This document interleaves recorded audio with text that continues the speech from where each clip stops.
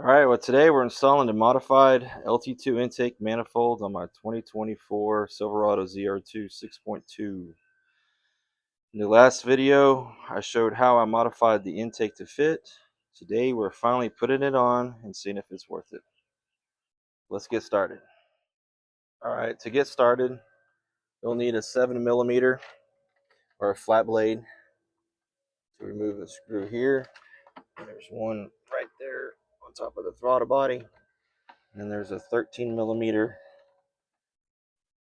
bolt right here to remove. Once you remove those, there's one of these little push, which I'm gonna go ahead and take it off now. Push this in from the intake box. Just move it out of the way. You can twist it, move it.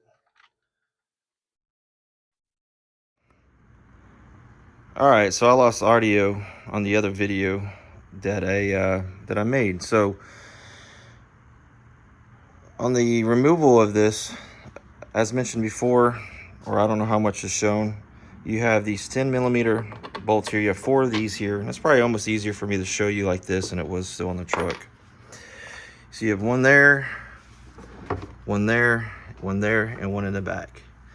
And this is probably the hardest part of getting this manifold off the truck. And the reason is because your harness actually has these 3 Christmas tree looking push-in type connections in the back, and I'll show you here. You see the 3 of them right there. And that's what makes this hard, or makes it part of the hardest part of the job. And then once you get those removed, there's 10 of these intake manifold bolts that you will need to remove while the cover is still on it. So it's kind of a pain in the butt, but once you get started on it, you'll see what I'm talking about. And what I found the easiest for me to do is just to remove these as I unscrew them. And the reason is they hang down, and when you go to remove it, they tend to drop down and hang up on stuff, and it can make it difficult. But once it's removed from the truck, it'll look like this. Now I'll clean all the runners up with some contact cleaner. Make sure we got a good seal going back on. There is a foam or sponge type insulator in between that will have to be removed when putting the LT2 intake manifold on. And in the back right here, you'll see that's the high pressure fuel pump. That's the reason why we have to make the modification in the previous video that you've seen that I did to the bottom of the LT2 intake manifold for clearance, for it to sit down properly and have a good seal once you bolt these down. So next up, I'll show you what it looks like bolted up on the vehicle. But first, I want to mention this before I forget. So these are the L87 bolts here.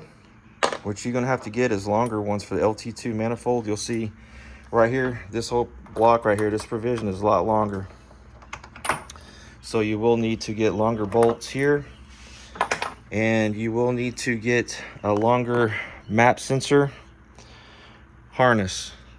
As you can see right here where my finger is, that's where it is on the LT2 intake. So the fun part now is just taking everything off from the L87 manifold and moving it over to the LT2 intake manifold. I do wipe down everything good with contact cleaner, and also I just put a little bit of this dielectric type grease on there on the rubber seal just for a good seal, and tighten these up evenly. And I'll give you the torque specs here in just a second. Okay, now that the throttle body has been moved over, so you got 4 of these 10mm bolts here. I torque them down to 89 inch-pounds, not foot-pounds, inch-pounds. This little bitty guy here. And one thing that I do, I just go in a crisscross type pattern. And so now let's set the intake manifold on the truck and let's start putting them back together. All right, as mentioned before, just kind of spray these out real good.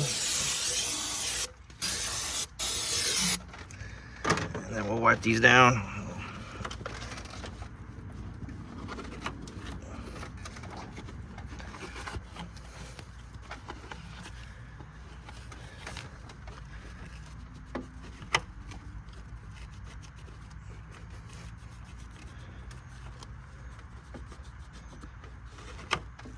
like so. That's relatively clean. This is a 23,000 mile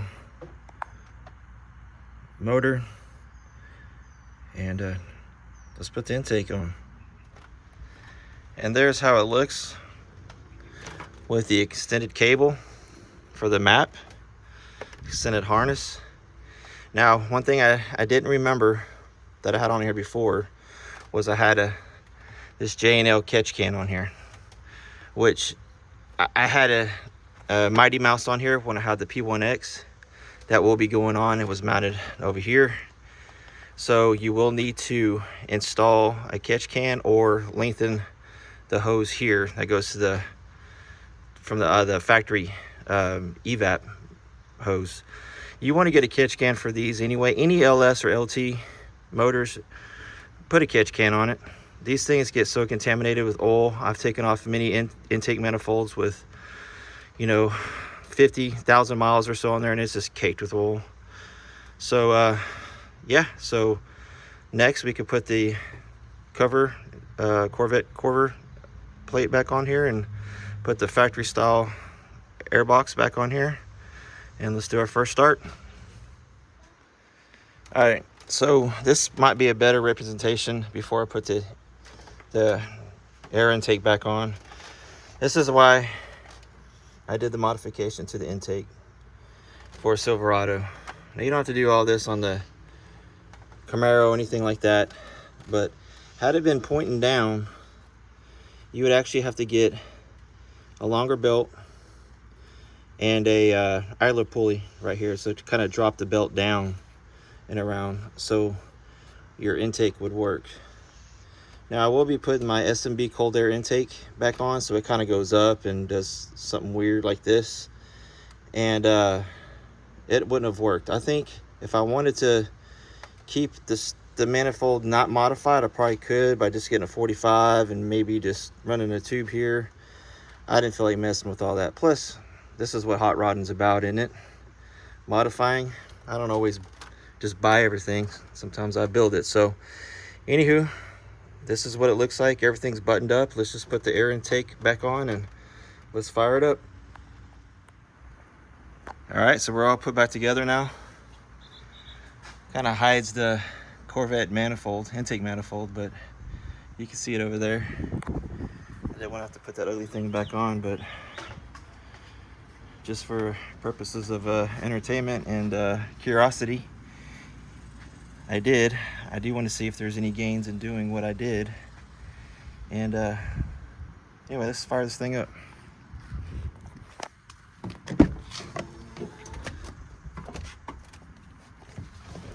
Oh, it's hot.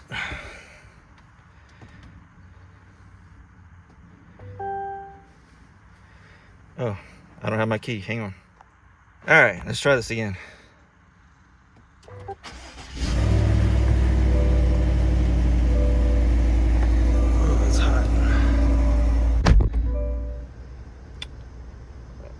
Alright, well, I guess I just sat here recording a video, the first startup, not realizing I didn't hit start. So here we are. This is the first startup. I'm just sitting here letting it idle, seeing if we get any check engine lights or anything. Seems to rev up pretty good. And I'll take it on the first drive here soon, since see how she does. I need to get my draggy back from my buddy, so once I do that, I'm going to do a time on it to see how much better this modification is, and we'll go from there. The plans for the truck next are long tube headers, an off-road Y pipe. That will require a little bit of tuning, so I will be showing that. We do have the SMB cold air intake to put back on here. And so all these mods that I'm going to do to this, I am going to keep track of the time to see how much better each mod is. And trust me, it's tempting to put the SMB cold air intake on it now. I mean, I have it in my garage now, and just to get rid of that ugly stock factory intake manifold or cold air box that's on here now. But you know, I want to do each mod to see what it is and if it's worth it or not. And I will be documenting that for this channel. So if you like this type of stuff, please like the video, subscribe. This will be a build series on this truck. Why I picked a big old ZR2, man, just because it's fun, and why not, right? And let's just see how far we could take it. Have some pretty big plans for this in the future, short block wise. And yeah, the P1X will be going back on here at some point, and I will be documenting it along the way, and it will be on this channel. So like I said, if you like this stuff, please subscribe and like the video. Thank you.